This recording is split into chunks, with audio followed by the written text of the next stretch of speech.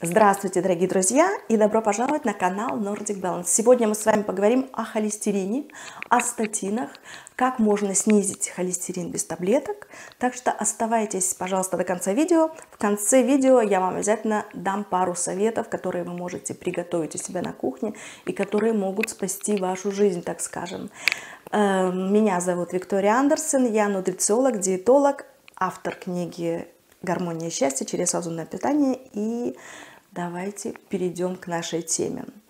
Я ни в коем случае не хочу вас отговаривать от назначения вашего врача, потому что иногда эти препараты жизненно необходимы, и они действительно спасают жизни людей. Но если вы сейчас смотрите это видео и нормально себя чувствуете, ну хоть просто у вас уже как бы сдан анализ и холестерин показал высокий показатель, то до конца досмотрите это видео и пока не начинаете принимать эти лекарства, вы всегда сможете взять эту волшебную таблетку, о которой мы поговорим также чуть-чуть позже. Но до того, как приступить к приему этих препаратов, послушайте, о чем я вам сейчас расскажу. Где-то лет 30 тому назад о холестерине волновались только наши бабушки. Но, к сожалению, из-за того, что у нас неправильное питание, продукты не такие качественные, мы не всегда ведем правильный образ жизни, эта проблема помолодела, и уже в 20-30 лет многие врачи рекомендуют сдавать и проверять холестерин на такой вот основе регулярной. Холестерин, он вырабатывается на 80% нашим организмом, и лишь на 20%, вот эти 20% мы получаем извне, то есть из наших продуктов, которые мы едим. Холестерин, он необходим для выработки нашего витамина D, также для всех половых гормонов, для гормона стресса. Это тоже все жизненно необходимые гормоны. Да?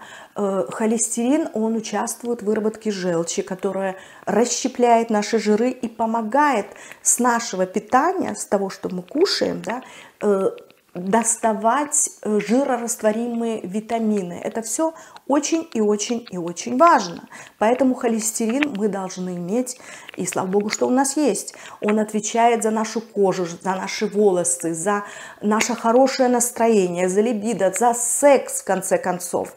То есть пусть холестерин будет, не бойтесь его. Чем опасен холестерин?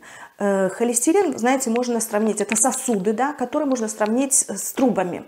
Труба, и вдруг она начинает ржаветь изнутри. Вот эта ржавчина, она начинает разъедать трубу, стенка металла утончается. И то же самое происходит с нашими сосудами. Сначала, значит, стеночка у нас утончается за счет воспалительного процесса, потом излишки холестерина как бы налипают на эту стенку, потом образуются небольшие тромбы, кровоток у нас замедляется, и опасность возникает в том, что этот тромб в любой момент может оторваться и полететь куда угодно.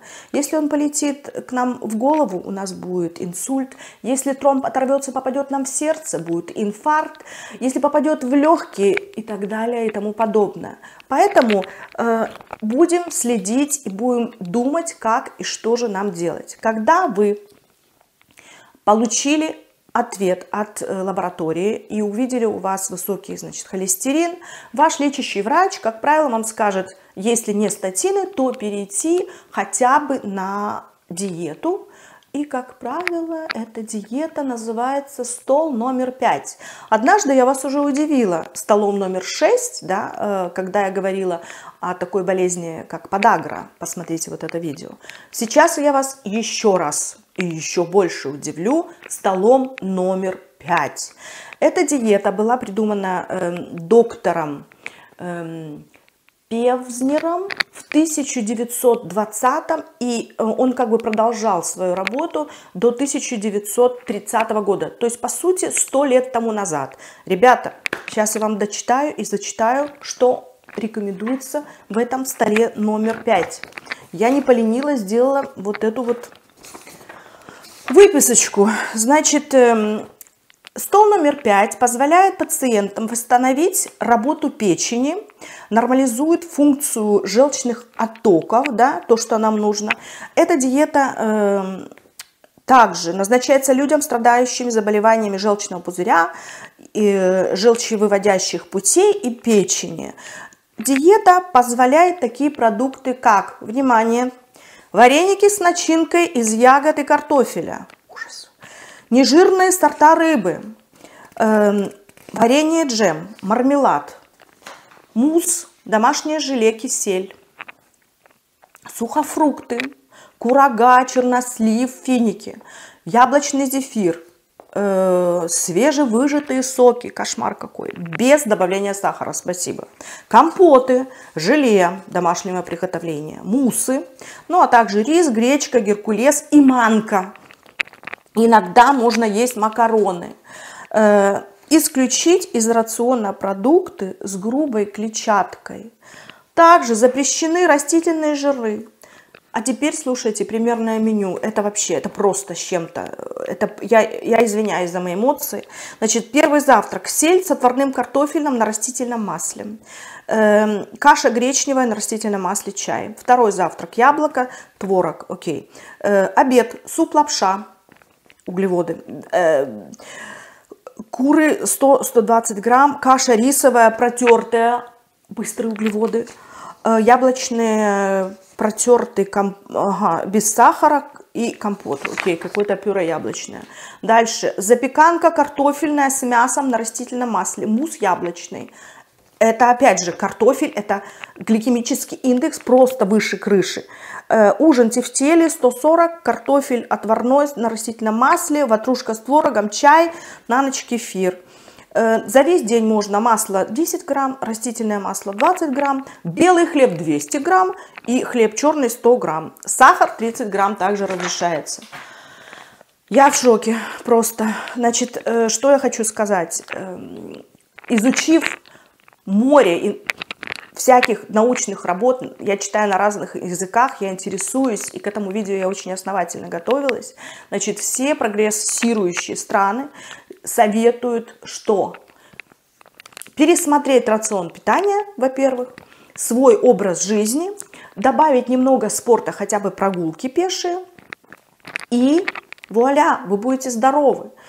О чем все это говорит? Комбинация, то, о чем я сейчас вам прочла, картошки, рис, макарошки и так далее. Комбинация вот этих быстрых углеводов и каких-то там недостаточных жиров, но сахаров, это просто адская смерть. Прежде всего, высокий холестерин говорит о чем? О том, что ваша печень начинает жиреть. А жиреет она за счет переизбыточного потребления алкоголя и также из-за продуктов с высоким уровнем гликемии. То есть гликемический индекс не должен превышать 40. А то, что я вам сейчас прочла, вот это меню, там все зашкаливает за 90 и так далее. И опять же, это комбинация картошка, какие-то рисовые штучки, ватрушки. Это все запрещено. Нам нужно обязательно пересмотреть свое питание, и питание должно быть сбалансированным. Люди, у которых высокий холестерин, они как огня боятся жиров. Не нужно этого бояться. Наоборот, нам необходимо в наш рацион добавить жиры, такие как масло, жирная рыба, жирное мясо. Также растительное масло должно у нас присутствовать. Оливковое масло великолепно нормализует наш холестерин.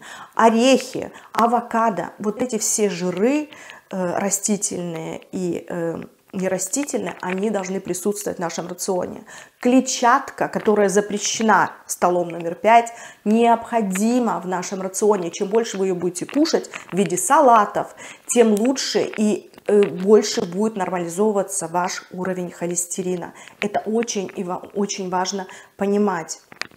Значит, я хочу вам еще посоветовать добавить в ваш рацион некоторые специи. Возьмите, смешайте чайную ложку куркумы, чайную ложку фенхеля протертого, имбиря, чайную ложку, немножечко перца добавьте, все это смешайте и обязательно посыпайте все ваши салаты этой специей. Она вкусная, она острая.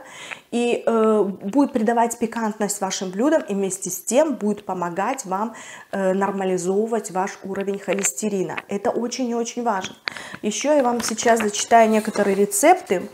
Например, очень хорошо можно снизить холестерин с помощью такого смузи. Если вы возьмете один кабачок, опять же добавите туда кинзу 2 столовые ложки, лимонного сока буквально 1 столовую ложку, куркумы чайную ложку и чуточку соли. Все это взобьете или протрете, или сделаете сок. Выпивайте такой сок 2 раза в неделю. Вот я говорю вам и обещаю, что у вас будет все хорошо. Все проверено. Еще можно сделать такой отвар типа а-ля чай. Нужно купить траву, она уже как протертая, такая как пульва, это порошок, вот порошок.